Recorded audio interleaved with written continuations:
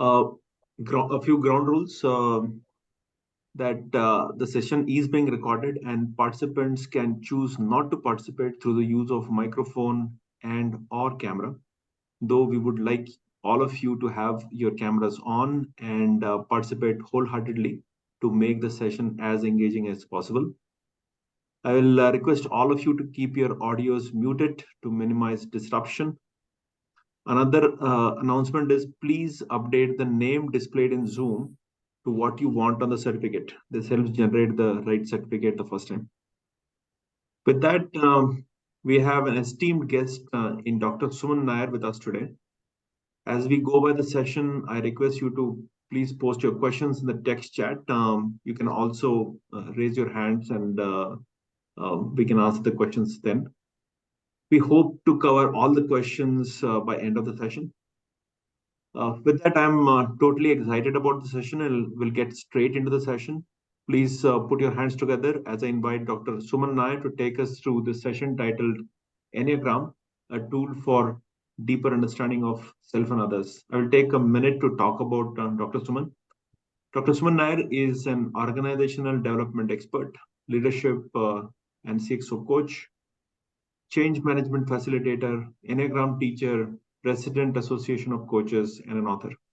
In her experience of more than 3 decades, she has engaged with human capital development through various roles, including CHRO and CPO. In the last 20 years, as a consultant and leadership educator, she has served more than 300 clients in the space of leadership development through assessment, development centers, learning workshops, coaching, and others, while supporting the organizations in change management and organizational development. Dr. Suman has a master's degree in social sciences from TISS, a PhD from Academy of HRD, and a PCC from ICF. She is a certified board of directors. She has been trained in Enneagram, MBTI, and FIRO-B. She has worked with Wellinger, Nirma University, and INSEAD. And she is a cricketer, singer, and pursues many other hobbies that she believes, as she believes in living in the flow and balancing the various roles with authenticity. So let us put our hands together to welcome Dr. Suman. Over to you, Dr. Suman. Thank you. Thank you very much, Mandar. I have not been able to think about my profile so crisply. So thank you so much for putting it all so well. So I'm delighted to be here, and it was very, very nice to see the energy in the group. And I was thinking if I was with the Mumbai ICF chapter, I would have been part of all the conversations that you're doing. But I'm really happy to meet all of you, meet all of you. I'm going to share with you a little bit of what I know about Enneagram. I've been practicing Enneagram for a little more than 20 years now in various forms. It is picking up a lot of steam in India. Of course, around the world, Enneagram is a tool that people use for individual development, team development, systemic work. So it's used quite extensively world over. And in India, I think it's just now making its pathway into organizations as part of the change management process, culture building process, etc. So I'm very happy to share with you primarily some information about how it can help each person who is in their own coaching journey. From that I mean being a coach or being coached. Enneagram is a very, very powerful tool. I have a presentation, so if you're okay, I would like to share that, because that also gives a little bit of color and visual impact. So do let me know if you're able to look at the slide. Yeah, okay. Thank you very much. Thank you. So my voice is echoing. Is it echoing forever, everyone? Okay. Now it's okay, I think. Now it's okay. All right. Thank you. So Enneagram, Ennea in Greek stands for number 9, and gram is design. So it's the design of 9. That's how it all started. Many, many, many years ago. Literature talks about Enneagram being present, probably in a different form, almost 4,000 years ago. We don't have too much of proof on that. So we'll go by when it came into, practice within the corporates. Around 1980 is when Enneagram was introduced in the corporate world, primarily for individual development. It then sort of was used for leadership development, and then it took shape to be used for various other things. Mandar actually already mentioned, but if you can please also say, what are you looking for? The answer to the last question, why are you here? Then I will also know how to present this material to you so that it's of use for you. Anybody wants to quickly share, what are you looking for? Why are you here in this Enneagram session, other than the attendance?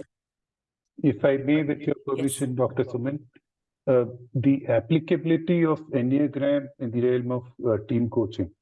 Okay. Thank you. Yes, Shamik, you wanted to say? I'm totally new to this and I have no idea about it, and I'm very curious to know more. Okay, thank you. Maybe one more, anybody? I've been exposed to some of the other tools, psychometric and otherwise, which speaks both about the individual as well as the teams. So just curious about how this sort of fits into that. I'm looking at similarities and perhaps differences as well. Sure. Thanks, Anant. So I want to state before we move on that I myself work with many other psychometric tools. In fact, my PhD was using a few other psychometric tools. What I do, however, is wherever I'm working with an MBTI or a FIRO-B or a Hogan, etc., I blend Enneagram into the process, of course, taking permission from the client and all of that being put in place. So when I look at it in a blended format, Enneagram gives me a lot more information about the individual, and it becomes easy for the individual to retain some of the insights that they get with the use of Enneagram information. So that's what I'm trying to make this more relevant to all of you in your coaching journey. Dr. Suman, can I come here? Yes, please. Yes, Raman. Yeah. So, yeah, this is Dr. Raman. I'm a type 5. And yeah, so I learned about this technique some 15 years back. I have practiced it also. Very and nice. Often in coaching also, as per the need. If I find that the client is interested for self-discovery and self-exploration, and if I feel that it is something the client wants to be in the agenda to find the kind of personality he or she has, then I bring in. So I'm a practitioner and type 5, but looking forward to learn from you how you have been practicing. Thank you very much. Very kind of you. Thank you. I think we can just co-facilitate this conversation then. Thank you. So this is all who I am, and this will also say a little about my personality of why I'm introducing myself like this.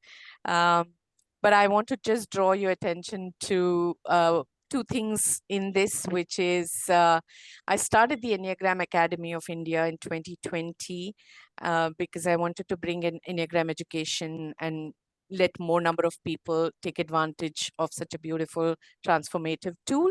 And also the certificate you see, the little corner on the screen, I went to the US and got myself certified by Ginger Lapid Bogda on Enneagram. So along with my self-learning, I also felt it is very important to have some credentialed learning around Enneagram. So this is me. I wish that I could cover these today in our conversation. Brief introduction to the types. What does each type stand? Explain a little bit about the construct of Enneagram. What do each element in the construct help us understand? And we'll also talk a little bit about how do we use Enneagram for personal growth, leadership development, team coaching, in your own coaching practice. And I'll try and also at least mention how it can be used for systemic coaching. And, if your questions are around this, it'll make a lot more interesting as a conversation. So let's first look at personality. I can see many of you are very experienced coaches. So what I bring here is what I have learned over the last 3 decades, and I'm still learning. So do contribute, edit, all of that as we are talking, okay? So if we look at personality, it essentially refers to individual differences in the in the characteristics, in the way we think, feel, behave, etc. And it's also the characteristic sets of behaviors, cognition, and the emotional patterns. What I want to highlight here and invite you to look at is the next bit of the statement, which is these patterns that are formed from biological and environmental factors and impact, which may change by our choice or by life circumstances. Enneagram helps us to understand what are some of those choices we have made at a very subconscious level, because of which we are of a certain personality today. I am mindful of the fact that in coaching, a lot of times we are told, don't go back into the past in the conversations, etc. But if required, in a particular case, if the person wants to talk about what has happened with them in the past, etc., if you are practicing Enneagram, it's good for you to also know how they have arrived at where they are today. And the Enneagram personality type can help the coachee or the client to see this very clearly without us having to construct that whole piece for them. So understanding of personality through Enneagram becomes that much more meaningful for them. And hence, Enneagram is a system of personality which helps us to understand, what type we are, what are our motivations, what are our fears, and what are some of the internal dynamics that happen because we have chosen to be of a certain personality type. I want you to please pay attention to the words I'm using, because Enneagram is defined and described in a certain manner where these words are important. So if we go back to the biological and environmental factors, all of you are familiar with socialization and what happens when we are growing up, etc. What Enneagram talks about is, I think even psychology sort of alludes to this, that our personalities are formed when we are in our mother's womb. Apparently, around 7th month in the womb, the fetus starts to get impacted by the emotions of the mother. So the responses may not happen at that time, but the triggers, there is a sensory connection to mother's emotions happen as early as that. Then the child is born and it's mostly the same mother, and the mother has mostly the same situation or environment or relationships. So her emotional patterns are very often the same. So the child continues to get exposed to the mother's emotions and views the world through the mother's emotions. But the child may not necessarily pick up the response exactly like responding to mother's emotion. Let's say the mother is very worrying kind. Every child having a mother who is a worrying kind may not end up becoming worrying, but chooses to respond mostly on a spectrum, but usually at the end of the spectrum. Can becoming the worrying type, or also can become completely light-minded, joyful, joyous, not really looking at problems in depth, all of that, not really worrying type at all. Okay. In spite of the choices that we make in childhood, but the impact has happened because of the primary caregiver, and most often it's the mother. So our personality starts getting formed as early as when we are 5 to 6 years of age, by which time we have seen our mother, we have seen the home environment, we go to school, and around that time is when in school suddenly we see different kinds of responses from other children, which is like a shocker for this child who has only seen a certain kind of emotional environment, right? So, during that time, around 7 to 10 years of age, is when the child is slightly confused about what's going on in this world and how should I respond, which is why today globally there's a lot of work happening around how that age children should be provided with the nurturing and the warmth and the caring and all of that.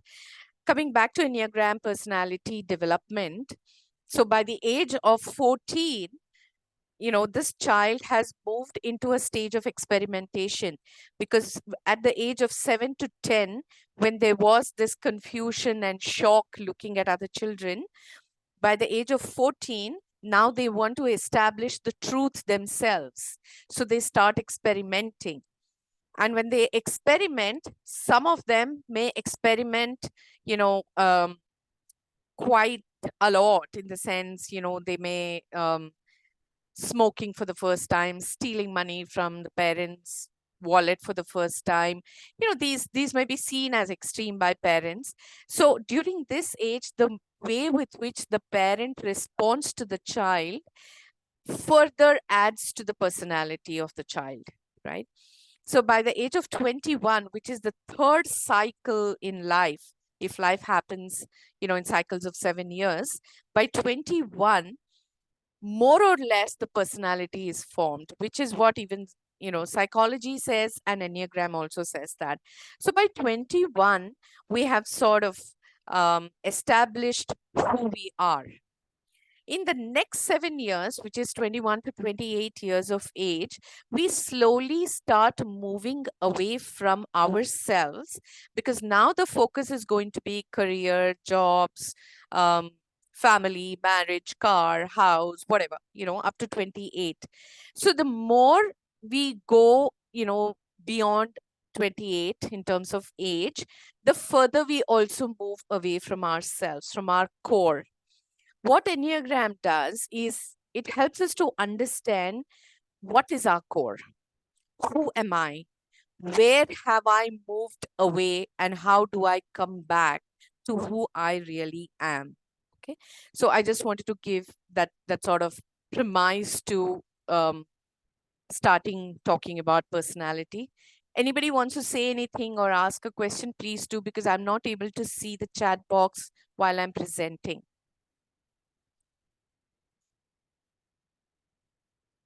Okay, so you must be familiar with this. Carl Jung says that there can be no personality without definiteness. So the moment we say personality, there is a certain definiteness to the personality. There's a certain wholeness and ripeness. So which is why we say we can see the personality of that individual, because we sort of embody and represent who we are through our actions and behaviors and everything else, right? So truly, when we say we have achieved understanding our personality, it means that there is some kind of wholeness to our personality. There's optimal development. So going by this statement, I really don't know how many of us confidently can say that I know my personality, while we tend to use it very loosely, right? Enneagram helps us to sort of look at what is this optimal development when it comes to me as a person and when it comes to you as a person. So it sort of works deep and wide about you. That's why this is very interesting, and people also call this a transformational tool. Another premise of Enneagram is that we are all born as essence, but somewhere in early childhood, we sort of start building some kind of defensive strategy to survive in any given environment.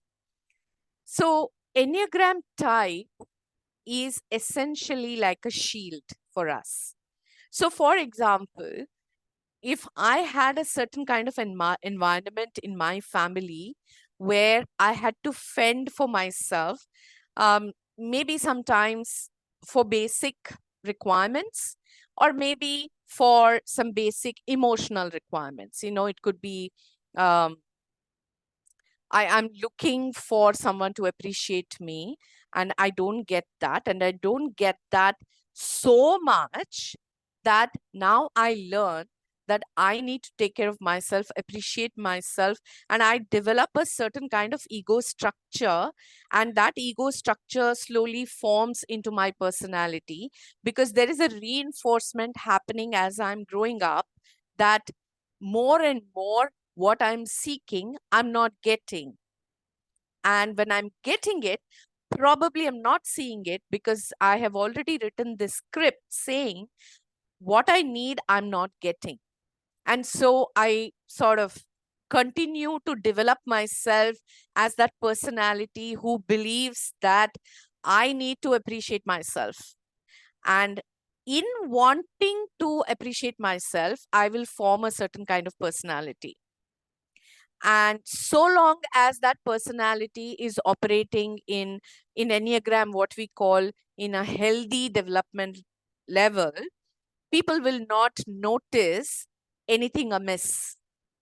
But in my personality, if I move down in my development level, people will start noticing that I am aggressive, I'm irritated all the time, I am not happy with anything I do. So usually in every day, we all interact with each other, but we don't find anything amiss, even though all of us are operating in our Enneagram type. So I usually say to people that you will not come to know the Enneagram type of the person in everyday conversation. Don't even attempt to go and find it. But when there are triggers that happen, people show up very strongly, certain elements of their personality. That is when you will start noticing what could be the requirement for that person, you know, because of that personality. Okay. Just a little bit about transformation, because Enneagram is considered as a transformation tool, you know. Why it really works in a coaching situation is if we have the opportunity to work with a client for a period of time, and I'm hoping that all of us work with our coaches for at least a minimum of 3 months, I know many formats are changing and all of that, but if there is an opportunity to work for a longer period with a client, you know, it's beautiful to see how the strength of that personality will emerge through conversations. Virtue in Enneagram is elements of strength of that person. Strengths, what does the person stand for? What does the person value? You know, which many a times if you ask a question, what do you value? They will say what they value, but what emerges through conversations once they sort of can relate to their personality is a lot more deeper. And I have seen a lot of times when I've used various other tools, while I believe every tool has a place in our work, people tend to sort of forget after some time and they're like, I don't really remember, Suman, whether I was extrovert or introvert or, you know, anything like that. But it had made a lot of sense at that time. But what I'm seeing with Enneagram is over these years, when people, you know, meet me or we sort of get in touch with again, they remember elements of their personality type, and it's just a number, right? Like Raman just mentioned, I'm a type 5. You can connect to your personality type in terms of understanding. Of course, Enneagram encourages us not to get caught up with the number. That's not the idea. But the idea is to just get a sense of that energy of, if I'm a 1, who am I? If I'm a 5, who am I? You know, all of that. But the strengths just emerges through the conversation. And transformation, you know, here basis Enneagram is also understood as the conversion of energy, you know, shifting from some kind of narrowness in my thinking and in my approach to things, and futility of wise in Enneagram is not just our negative attributes, but it's also about limited thinking, limited beliefs, all of that somehow many of us tend to hold, right? So through these conversations, it will all emerge, and it's beautiful to see how the transformation happens through the coaching journey. Okay. It's not easy to do, of course, because our type, like we said, is hardwired, and it started at such a young age that today it takes a little more work for us to sort of understand and move. But the good news is that I know now who am I and how am I operating. So what I want to offer to all of you quickly is, this is like the easiest version of Enneagram test. Go through these 9 statements, each one of you, and pick out which one resonates with you mostly. Okay. And pick just 1 or 2, just 2, and put in the chat box which statement resonates with you, please.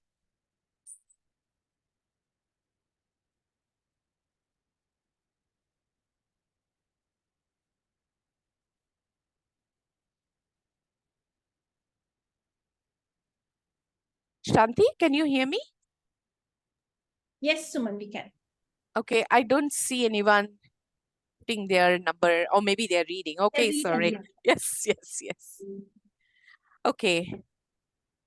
Narayan Murthy Mirti is 8. Okay. Oh, wow. Oh, nice. Ratesh 5, 6 and 1, 6, 9. Lovely. Lovely. Keep it coming. Very nice. Good. Thank you.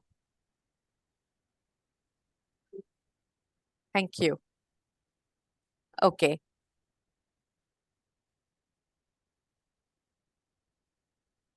Thank you very much. Hold on to that number. I will quickly share what that number means. You know, the beauty of Enneagram is also you do not need very expensive tests or reports that you need to rely on. There are many people who have learned Enneagram, who've been certified, worked with me, And they're all using even just this one page to establish the Enneagram type. So once you get an understanding of how Enneagram works, you do not need expensive reports to work with Enneagram. Okay. Any questions up to now before I go into Enneagram itself?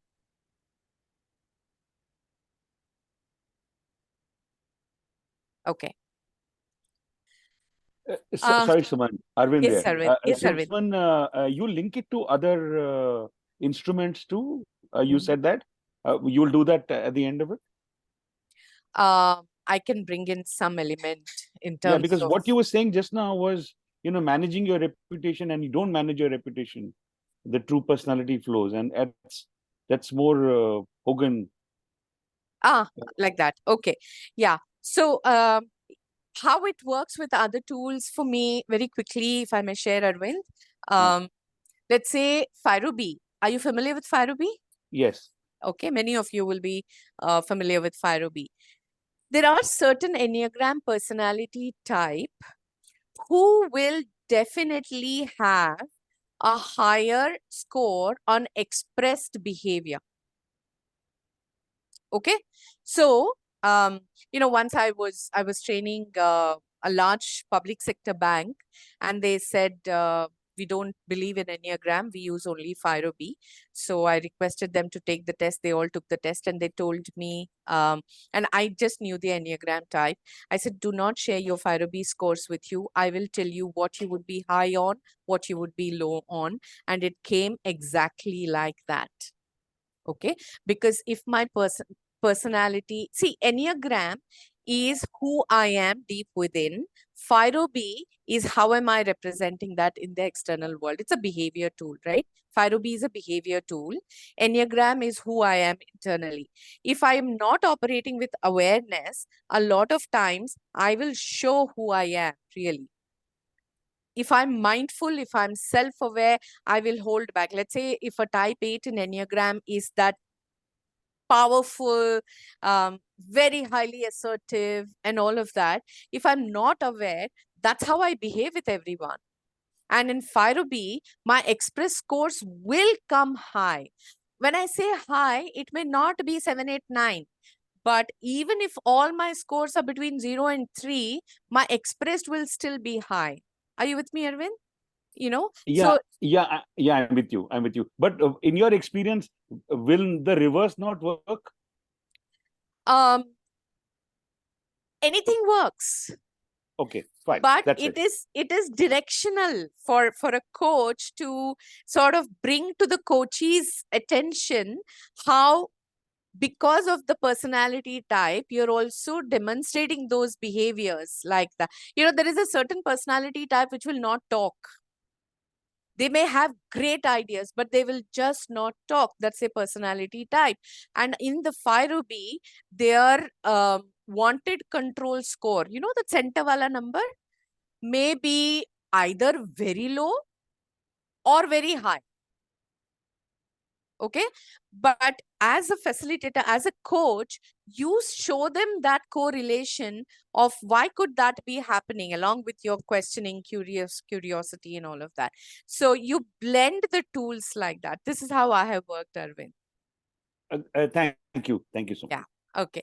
So great. Let me move ahead with the Enneagram construct now. Anybody who is interested in taking Enneagram ahead, if you just have this diagram on your phone, you will be able to work with Enneagram. Okay. Till you sort of get this into completely into your system, right? So you will notice that there is a circle. The circle represents that irrespective of our personality types, we are all still connected on some of the basic human elements. Maslow's theory, we all feel hungry, we all feel whatever. So we are all still connected as humans. That's one representation of the circle. Another representation of the circle is irrespective of my personality type, I can still access energy of all the types if I choose to. Okay, so that's the circle. Now let's go into the 3 words mentioned in the center: anger, image, and fear. So all of us, if you're familiar with the head, heart, and gut, that's how we operate, So some of us operate with heart, which means most of our assimilation of information happens, with a sense of emotion, meaning we sort of bring in emotion to the data we are working with. And we are also sensitive, we are empathetic, we show emotion. Some of us may not show emotion, but we experience the emotion. So we operate in that space of, it's called image, but essentially it is about sensitivity. Okay.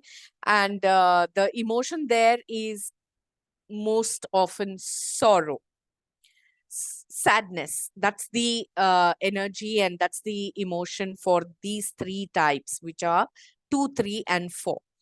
Which means, let's say there is a type 2. I'm sure some of you sort of got that as your number.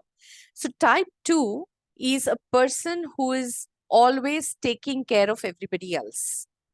And how it manifests at work is you are the one who's always working, always giving in, not being able to say no, not being able to assert yourself on what you need. All of that can happen with a 2. Like I mentioned earlier, you may not even notice it if everything is going fine. But the moment that message is given to self as a 2, that I am doing everything and there is no appreciation, there is no acknowledgement, the moment that hits a 2 is when their behaviors change. People start noticing that this person who was helpful all this while is suddenly now become aggressive. That the shift in behavior happens. So that's typically a type 2. So the strength of a type 2 is truly a giver, helper, nurturer, always taking care of people. The limitation for a type 2, I'm not using the word weakness here because I personally believe there's no word like weakness. There's a limitation because I didn't pay attention to something, it didn't become my strength. And I can always work on that if I choose to. So the limitation of a type 2 is they're giving so much to the others that a lot of times they don't take care of their own needs. Physical needs, emotional needs, mental needs, all of that. So that can happen to a 2. There is also a derailer, like how in Hogan you can work with derailers, Enneagram also can give you those derailers. For a type 2, the derailer is many a times with their intent of helping others, they may seem to be intruding. Where not required, they may go to help, and they need to become more mindful of this. So as I'm speaking about each of the types, I request you to please look at leadership or your clients, your coaching, and try and see how what your strength is in a certain type can sometimes be seen by the others as your derailer or anything like that. So that's typically a type 2. Can you think of any example for a 2? I usually keep this safe by using film actors or film characteristics, characters, non-controversial. Anybody you can think for a type 2?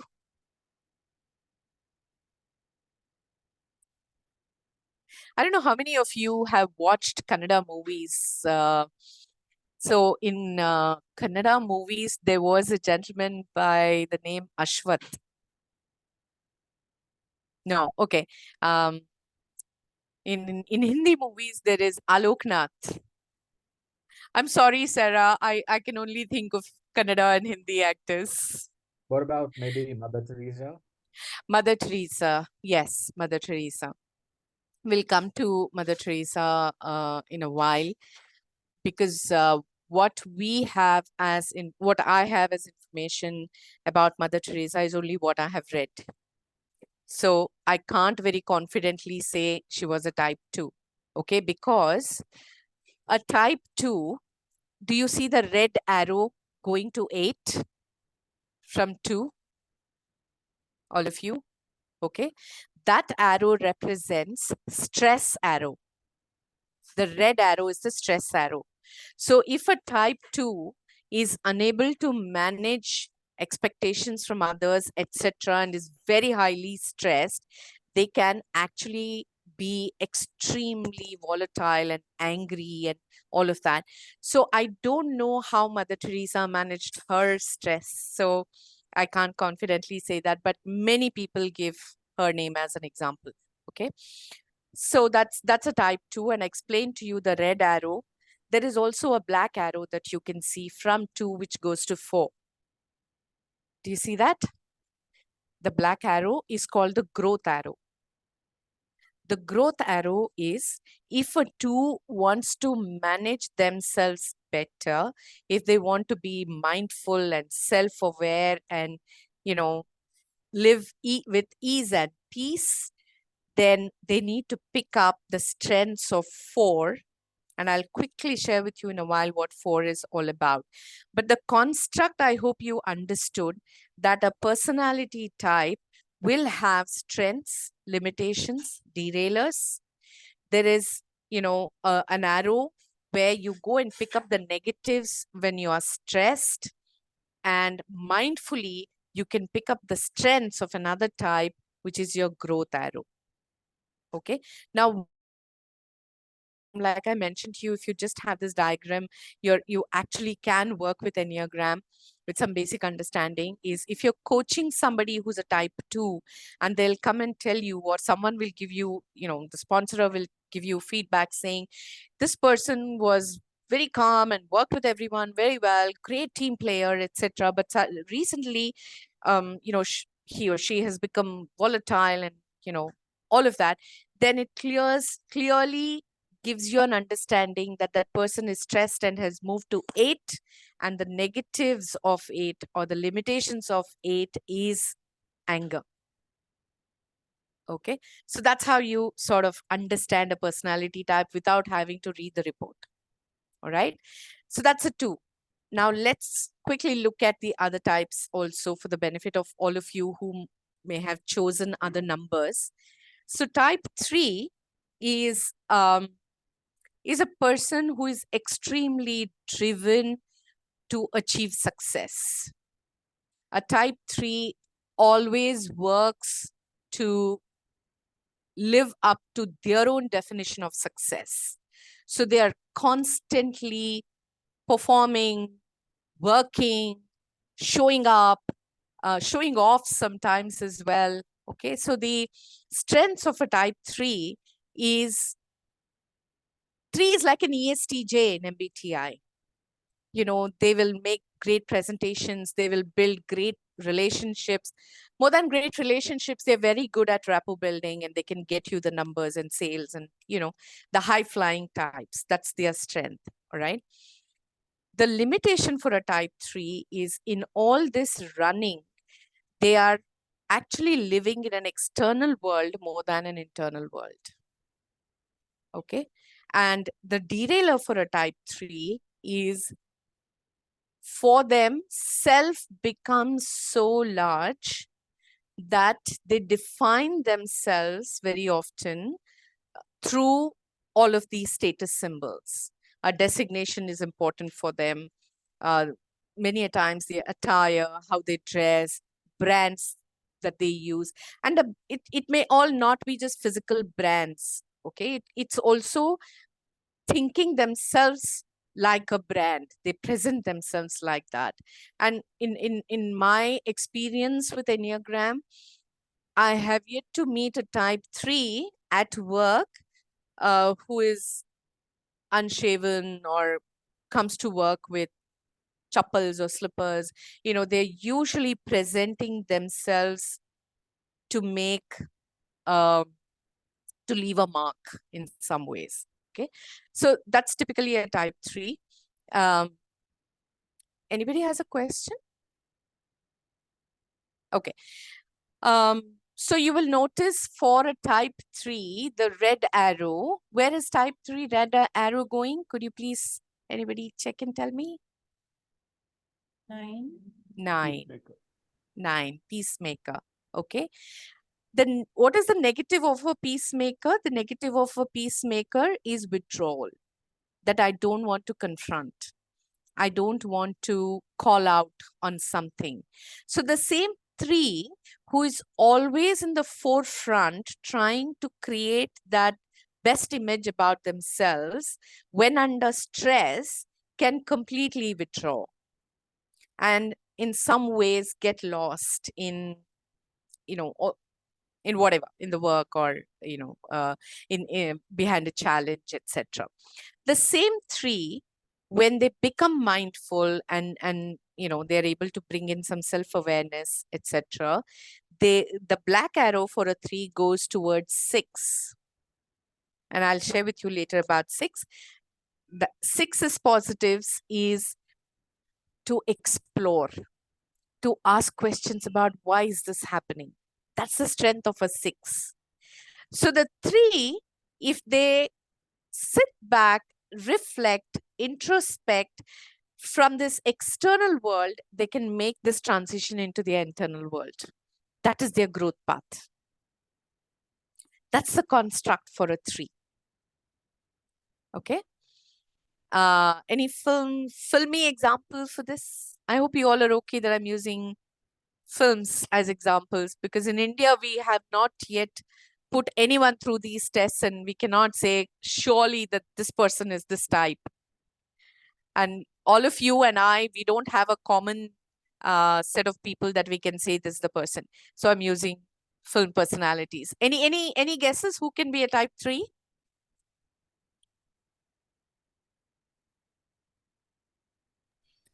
Come on. Bollywood? Anybody? Amitabh Bachchan. Amitabh Bachchan.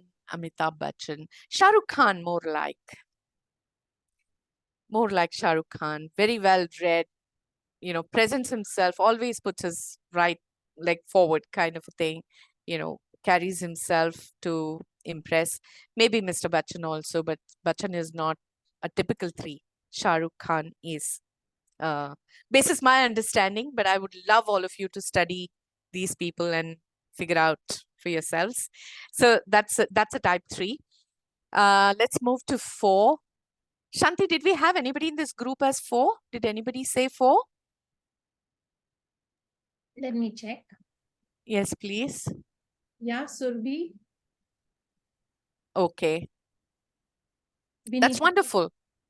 There are more, 1 or 2 people? Yeah. Okay. That's wonderful.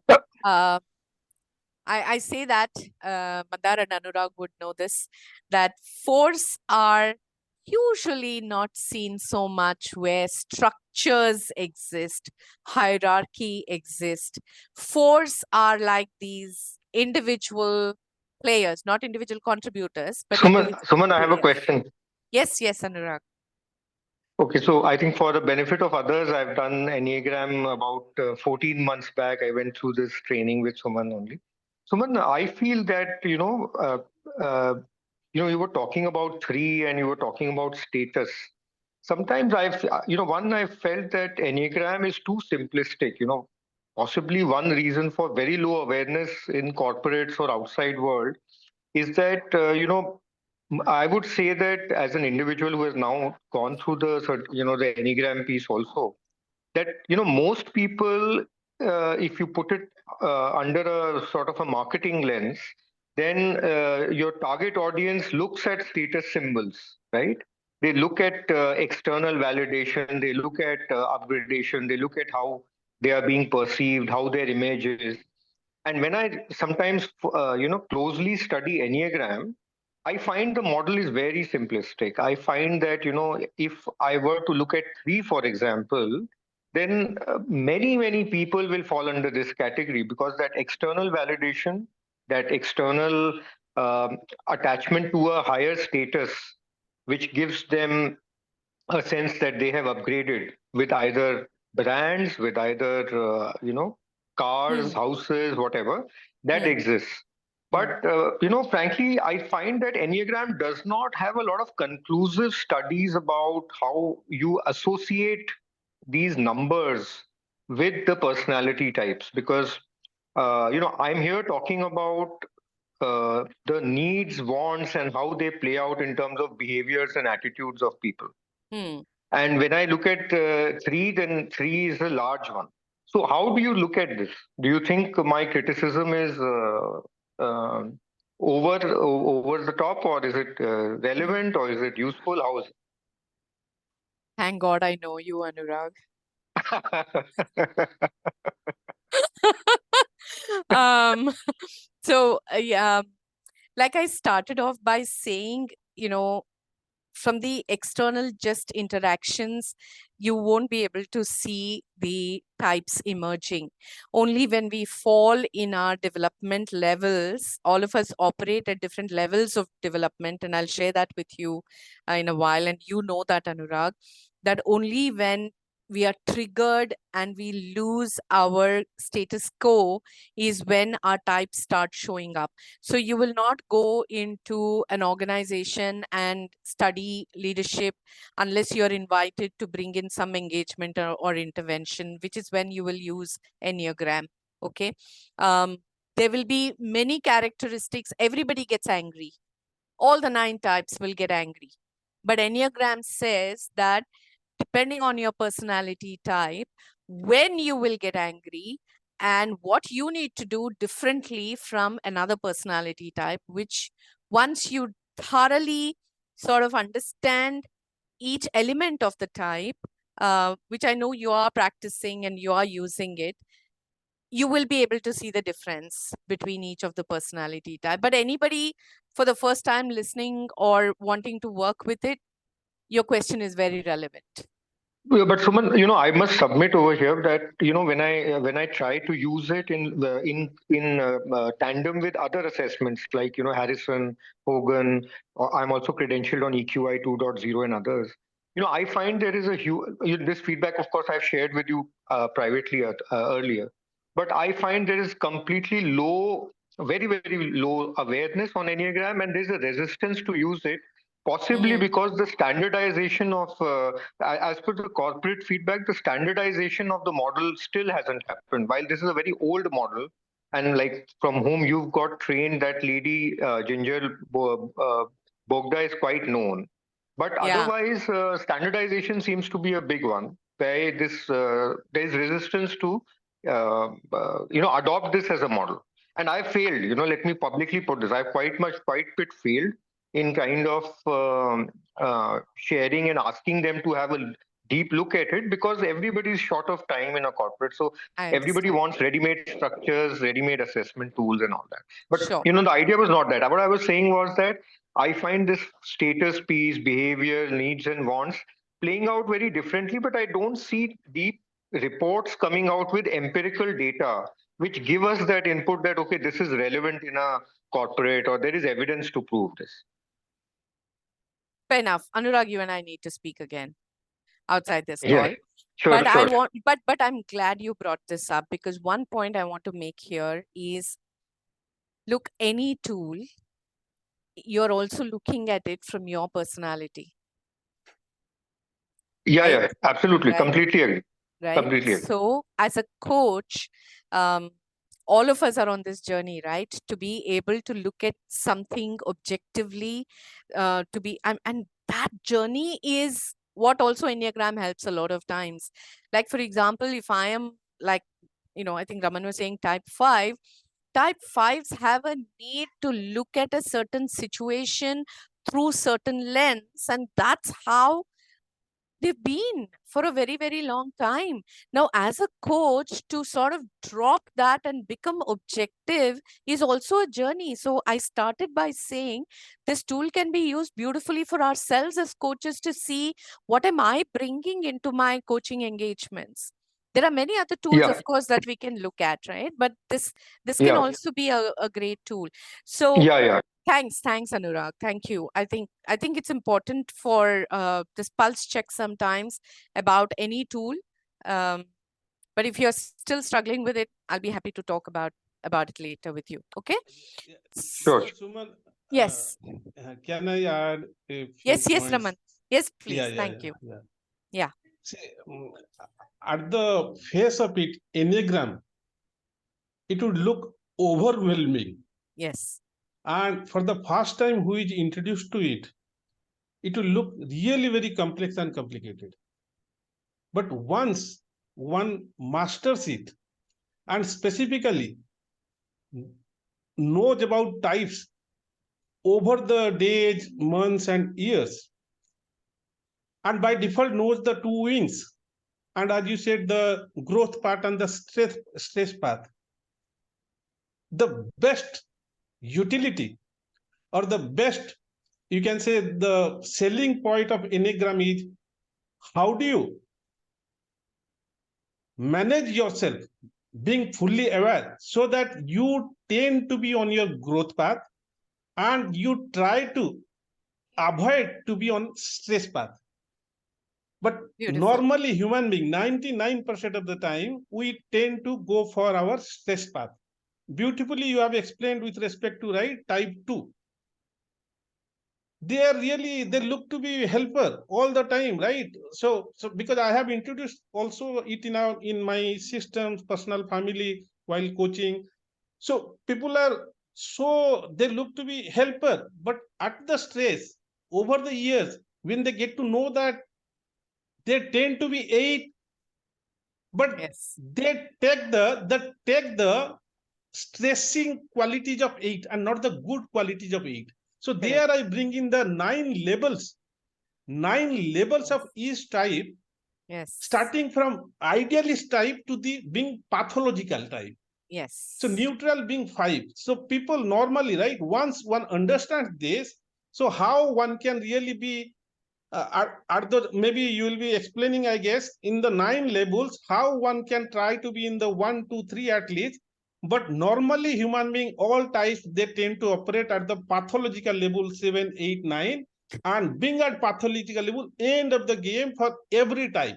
So that's Sure. why so much this. So what Thank the you. just to cut the long story short, it's very overwhelming tool. But Yes. once one understands and masters, one can really enjoy its beauty. So this much. Thank you very much. Thank you. Thank you so much, Raman. Thank you. Wonderful. Right. So we were talking about type 4. And I was saying that 4s love to operate by themselves. Leave them alone, they can create magic. Push them into a group and force them to operate in a group. There will be a certain struggle. 4s who are mindful and self-aware, they will use various elements of Enneagram to work with teams, but those who are not self-aware will struggle enormously. So you will find a lot of 4s in situations where creativity is appreciated and encouraged. Individuality is, appreciated. I have met a few type 4s who say to me, Suman, I don't want to manage a team. Yeah, I just want to be a specialist. I just want to focus on what I love to do the most, but there's nobody listening to them, nobody understanding what is that personality like. So the strength of a 4 is they can create truly something very unique and different from many other people. The limitation for a 4 is, somewhere at a very young age, they gave this message to themselves that nobody will care.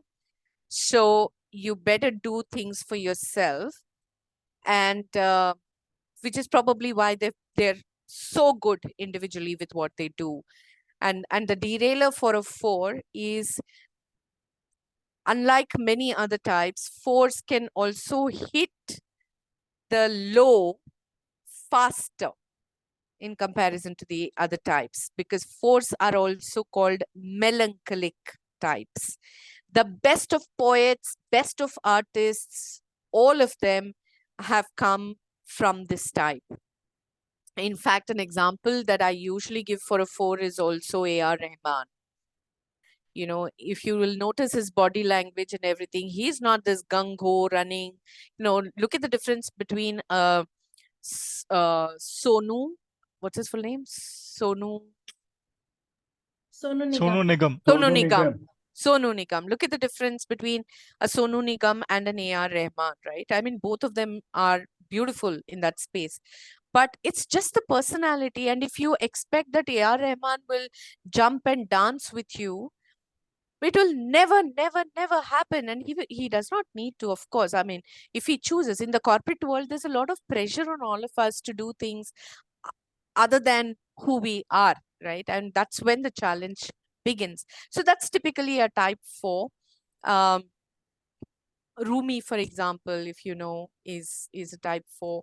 So the choice of words, the depth, all of that happens for a 4 like that. Okay, the stress arrow for a 4 you will see is 2, right? So what that means is the person actually loves to be by themselves, and under stress they will in fact hate people more. So they go to the negative of 2. The 2s who are helping and all that, when they are upset and not happy, they will withdraw and they will suddenly start bickering and bitching and all of that without realizing. So 4s under stress can also become like that. And the growth for a 4, can you see what is the growth for a 4, please? 1. Black arrow. 1. Michelangelo, the picture that we all appreciate, where just the 2 fingers are touching and just touching, that finesse happens at 1. So when the 4 is working at 1, whatever they are creating gets to perfection, and they're doing it out of joy because that's a growth arrow. Okay, so if someone is melancholic and is always under depression, is having trouble relating to, connecting to people, etc., you're helping them, and as part of their development, see what they can do to their perfection as they perceive as perfection, not us defining it for them. That's their growth path. Sarah, you want to say something or ask something? I can see a raised hand. Thank you, Suman. I wanted to understand. I noticed that 2 and 4 are in the same kind of group when you look at fear, anger, image. And I was wondering, I mean, it's only 2 and 4 who have in the same, as well as 5 and 7, but in the anger, there's nothing. I mean, all the arrows go out of anger. So I was wondering, is that why they go more extreme, the 2 and the 4? Like, do I have to see that 2 and 4 are more extreme, as well as 5 and 7, they are more extreme? Fantastic question. Great question. Thank you. So I started off by saying 2, 3, and 4 sit in a certain energy center, which is called the heart center. And these are the people who assimilate with emotions and express and respond through emotions. But there is a variance in terms of the emotions as they express. So the 2 will be extreme and the 4 will be restricted.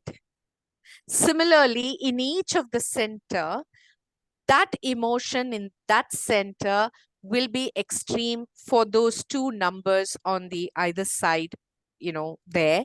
But the number in the center will actually connect. You will see 3, 6, 9 operate within themselves. You see that?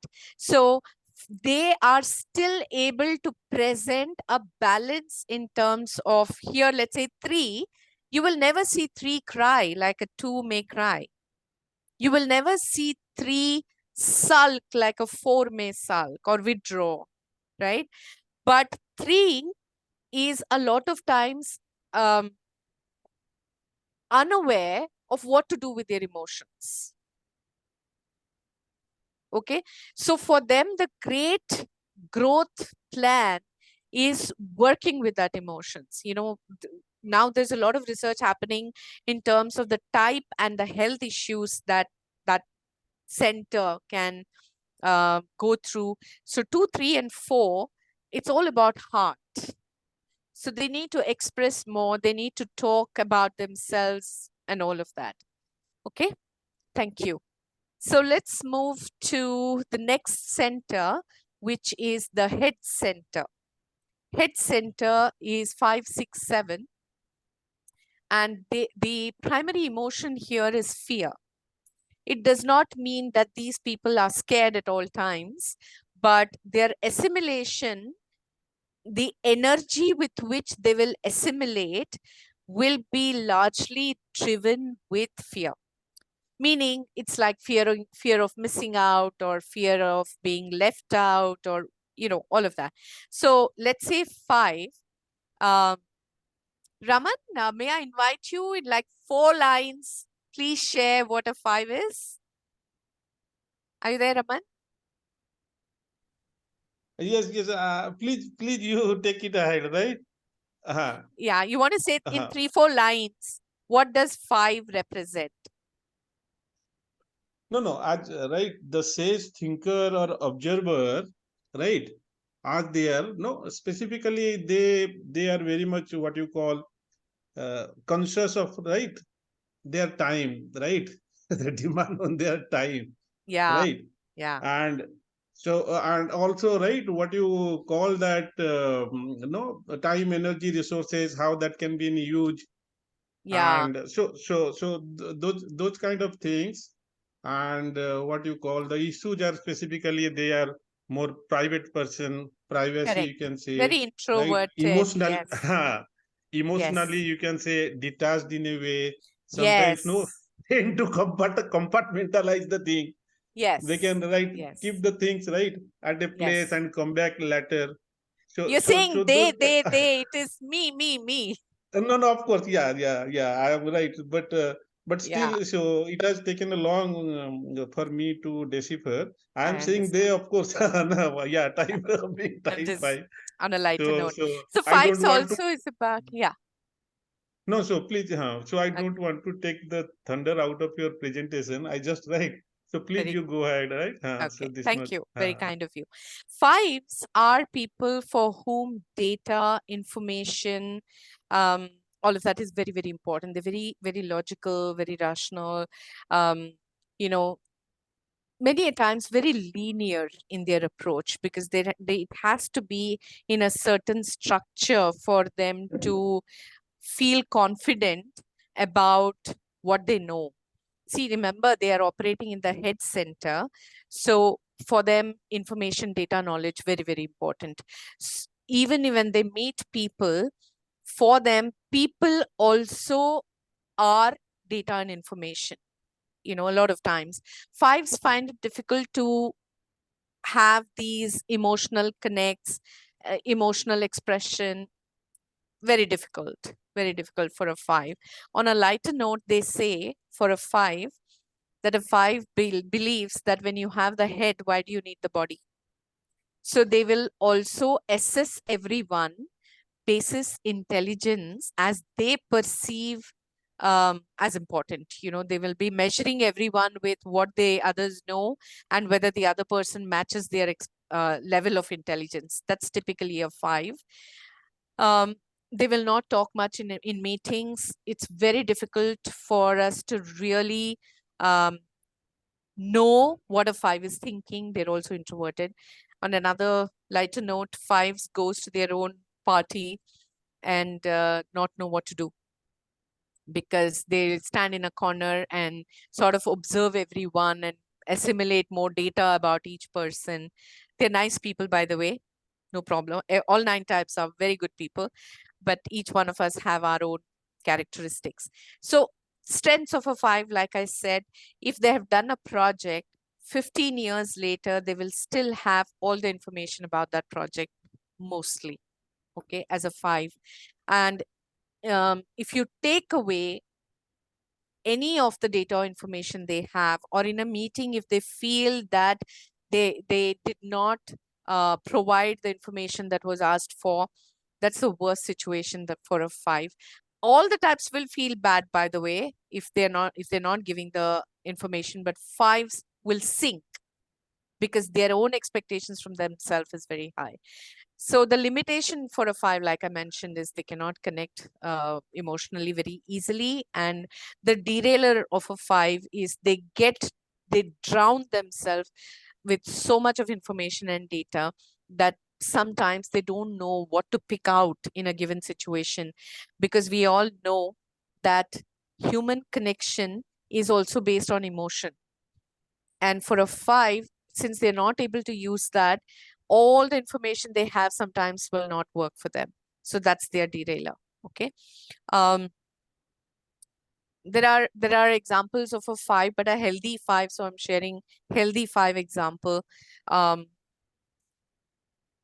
Dr. Abdul Kalam is one healthy 5 that I know. I don't know anything about him beyond that, so I don't know what was unhealthy in his personality. Another person many people give as an example is Steve Jobs. How he found it difficult to connect with people emotionally, etc.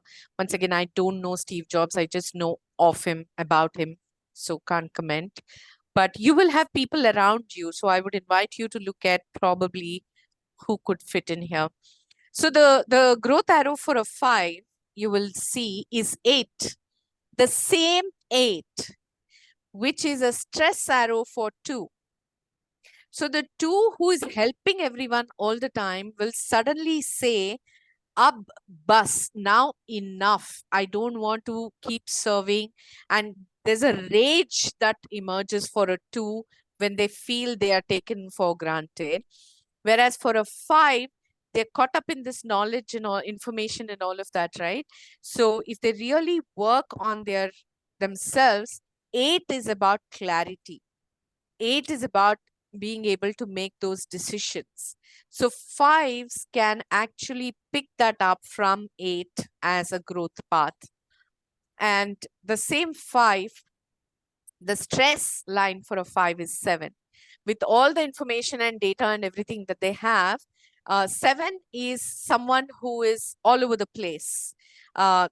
That's the derailer of a 7. They also have a lot of strengths.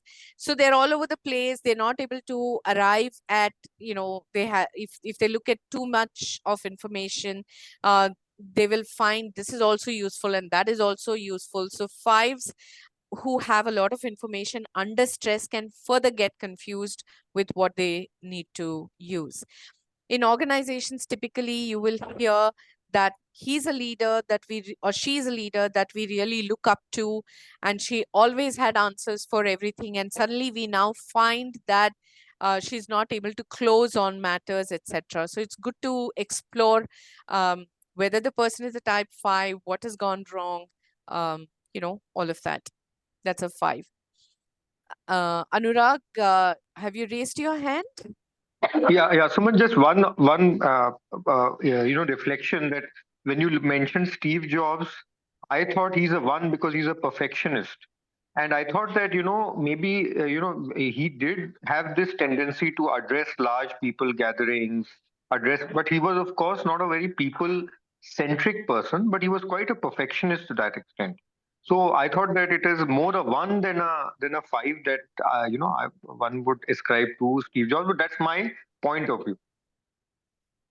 That's a fair point of view, and I'm glad you raised that, because this is how all of us tend to view people, through what we see as their external behaviors, right? It's always useful to see behind that external behavior. He was expected to speak to large gatherings in the role that he held, right? At the same time, there are many, many narratives on how he was not able to build many solid relationships. And he also spoke about it later in his last days. So as an Enneagram practitioner, it will become necessary for us to be able to differentiate between what is the presented behavior and what is the personality behind that. I don't know about Steve Jobs, Anurag. I don't want to comment too much about that. But I do believe that it's very important for us to look at both these elements, because all the 9 types will want a certain kind of perfection in the jobs that they're doing because they have to perform well. But that does not mean that they're all type 1. It's good to go behind and see, when you will know the Enneagram type, when there is a trigger and when there is a stress. Because only under stress, our true personality comes out. No, in a lighter vein, I mean, knowing Steve Jobs behind would mean befriending him. So that was not obviously an option I had. But also, what I've seen is what I've seen in videos and read about him. So obviously, all the data that comes out, right? Yeah. So we are together on this. Thank you. Time check. We are at 7:50. We have 10 minutes. Maybe we can extend by a few more minutes, but we'll need to start. Woo. Yeah. Anurag is the culprit. No, Anurag, we need to talk. Sure. Vinayak, you want to say something? I want to quickly touch upon all the 9 types in 10 minutes. Quick point on this. Yeah. Since the 5 are more of thinker and data driven, at times me resonating with 5, I feel because of being data driven, there is a lot of internal conflict to over deliberate at times, and maybe decision making can get hampered to an extent. Thank you. Thank you. This is how Enneagram should be understood, by the way. Thank you, Vinayak. So let's move to 6. 6 is the person who is asking the questions all the time. 6 is the person who will hold the larger purpose, high for the group at all times. Very difficult to get a buy-in from a 6 because they will ask you so many questions, and many people get irritated with a 6 because they'll ask so many questions. But if you have a 6, then your business continuity plan is always, top class. Strength of a 6 is, like I already mentioned, they will hold you onto the agenda and the larger purpose. Limitation for a 6 is that they doubt a lot. There's a lot of fear and apprehension in a 6. And a derailer for a 6 is if they get caught up in their fear, they are not able to take the next step to do things those are useful. Very simple example is if you know the movie 3 Idiots, the character Sharman Joshi played, people who, he was wearing many number of rings and wanting some divine energy to help him pass his exams. On a lighter note, by the way, that's typically a 6, which means a 6, if you get a buy-in from 6, they can be your huge sponsors on anything, and they will always support you. That's a 6. The growth arrow for a 6 is 9. So the 6 who is usually doubting and, anxious and all of that, when they are relaxed, they can be very peaceful like a 9 and be, how do I say, take a very balanced approach to whatever they are doing. So that's typically a 6. Then we go to 7. 7s are the most lovable people, right, Anurag? 7s are most lovable. People actually love to interact with 7. They have many ideas. They're full of life. They start the day, end the day with the same energy. These, whether it's a 5-year-old or a 50 or a 80-year-old, 7s connect with all of them with a lot of love and energy. Those are all the positives of 7. The limitation of a 7 is sometimes they're just so assorted. They could be all over the place and they're making everybody happy. And, hence the derailer also is to look at pain and to talk about pain and understand pain. 7s generally used to ignore, are used to ignore pain or neglect pain. So that can be a derailer for a 7.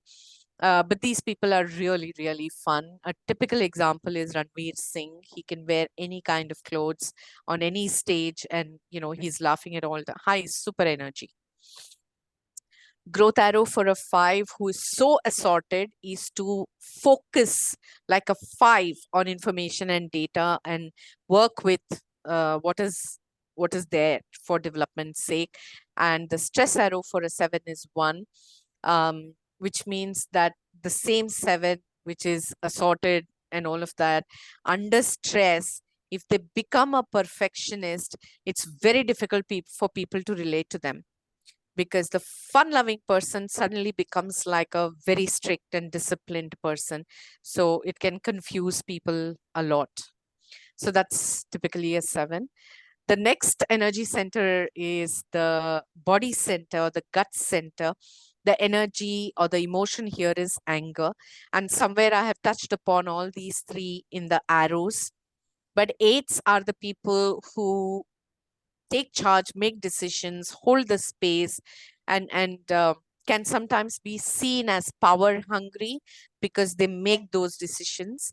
Sometimes they can also be seen as lacking empathy because they are hard pushers and taskmasters in many ways. They are very intuitive. And because they are intuitive, somehow they just tend to know what needs to happen and they take that action.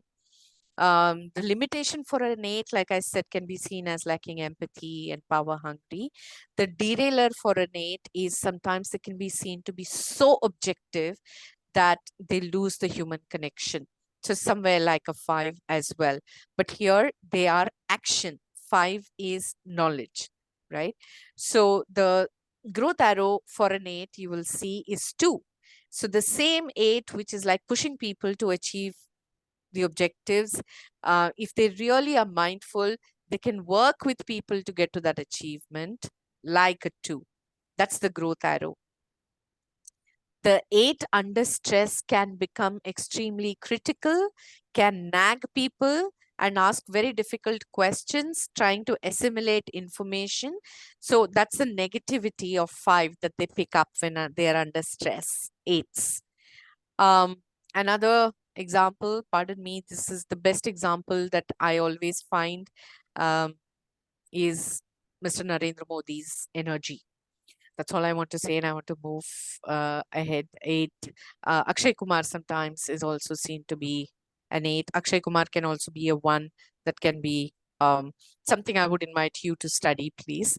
Then there is a type 9 who is a peacemaker, always wanting to ensure that there is no conflict.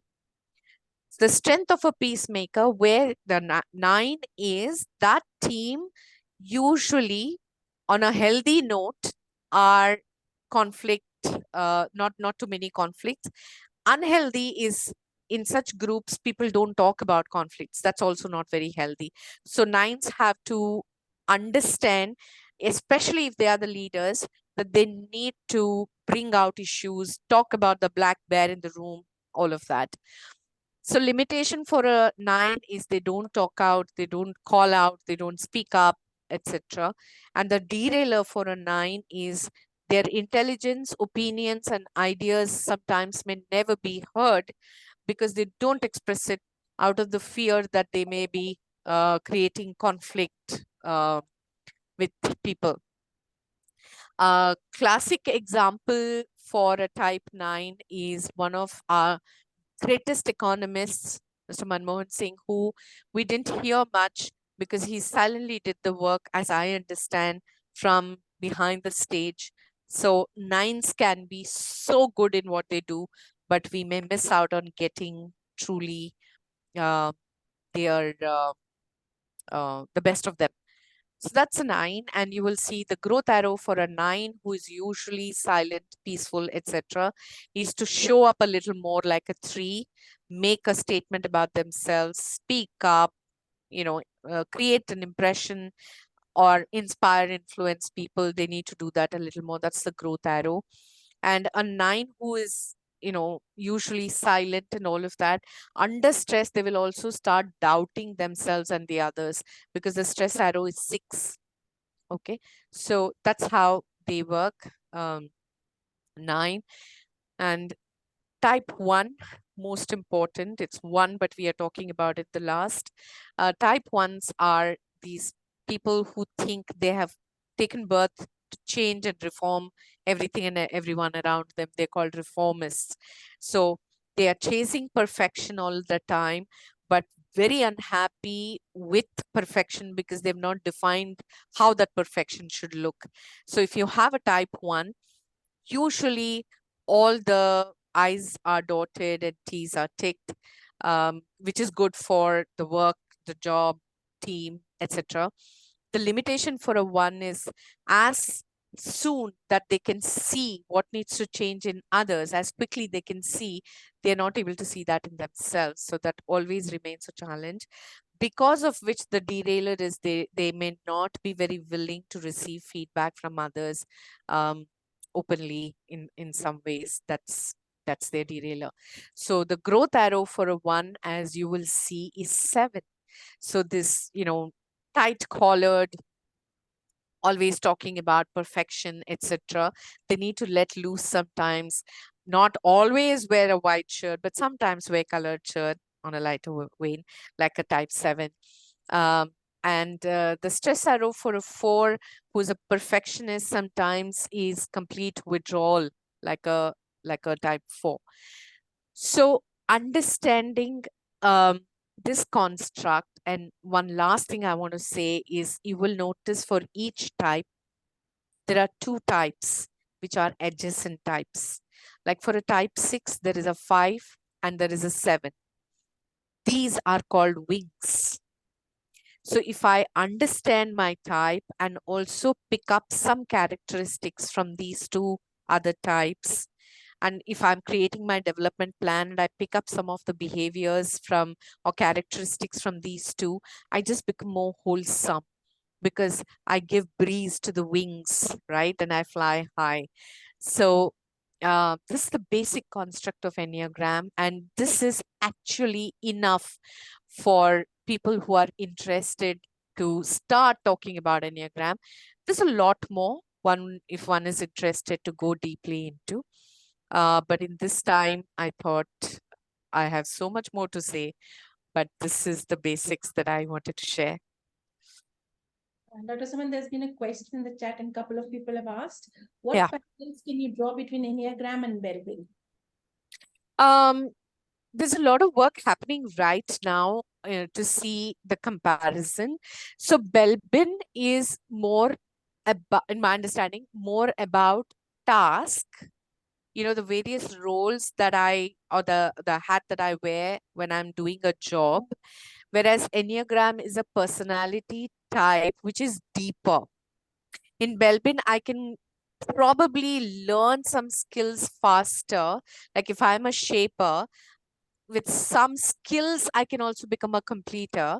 But in Enneagram personality type, it's not so easy to become another type. It's not easy to become another type. So the journey in Enneagram is know your type, and first of all, learn to shed that off. You don't need that to protect you in any way, because that's what we learned as we were growing up. That shield, like for me as a type 8, my shield is only I can fight my battles. Vulnerability is a big journey for me, while it's a big journey for many others. But for an 8, it's even more tougher, sorry for my English, even more tougher to demonstrate that vulnerability. It's not so easy. This is my understanding about Belbin and Enneagram. Vinayak, you want to say something? Yeah, just one comment. Whatever type you are, what I've observed is your stress and relax arrows, they are not in your same energy center. They are falling into some other energy center. That's why it's a holistic tool. So I want to say one more time that you don't need a PhD in Enneagram to use it, by the way. Just this one diagram, you just get used to it. You can at least do some conversation around it. Okay. Oof. I felt like I was on a treadmill. Thank you. A couple of more questions. Are you okay, Suman? Ram has his hand up and we have one more question in the chat. I'm happy. If anybody wants to go, I'm okay if they want to go. We So can officially end the session. If people are wanting to drop, feel free to, but we'll take a couple of more questions that people have their hand up for. So Ram, you go ahead and ask your question. Yeah, thank you. First of all, thanks a ton, Dr. Suman. That was a brilliant, brilliant session. Thank you. I request you to share an example or your insights on how do you use this in a coaching conversation? Okay. There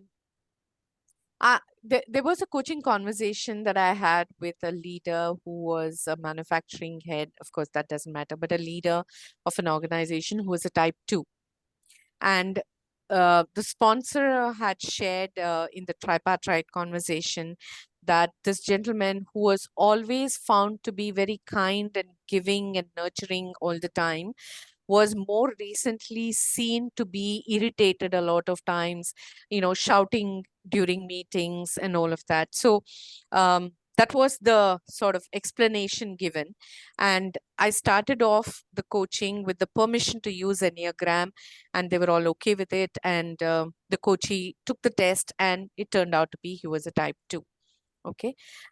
So I explained to him, whenever I'm working with Enneagram for coaching, I don't spend time talking about all the 9 types. It's not required. I just share with them what is coming out as their personality type. So I shared about type 2, everything, the strengths, the derailers, etc. And I said, how does this relate to you? And it was almost like in a moment, the gentleman said, this is exactly what has happened to me. That I was giving, and I suddenly felt that I was giving too much without any acknowledgement, etc. So getting to that point of, this is what I want to work with, happens when I have used Enneagram. So I don't need to use Enneagram for all the sessions, but there's a lot of going back that the coachee does to say, yeah, now I can relate to what you said in the Enneagram explanation or the debrief, that why this is happening with me. What Enneagram also says is, Raman was mentioning, we operate at different levels of development in our type. And once you understand that, you will also know, how do I move up? And many a times facilitators, coaches work on, okay, read this book, listen to this podcast, etc. Enneagram says, okay, this is your type, right? Your growth path is this. Growth path is this means that characteristic of that type. How do you think you want to develop that if you think it helps you? So crisp conversations, not solution based, allowing the person to think and become aware of themselves, etc. All of that is possible with Enneagram. Thank you very much. Thank you. The reason I was asking Dr. Suman was that as a coach, my understanding is that you would not lead a client. So I was seeing that this tool is more of a mentoring tool rather than a coaching tool. So that's where my question was coming from. Sure. I've heard this many number of times, Ram, and I always invite people to say, ask the permission from the client, which I'm sure all of us are doing. And if they want to work with it, also say to your sponsor that this is what this tool is going to look like when you work with it.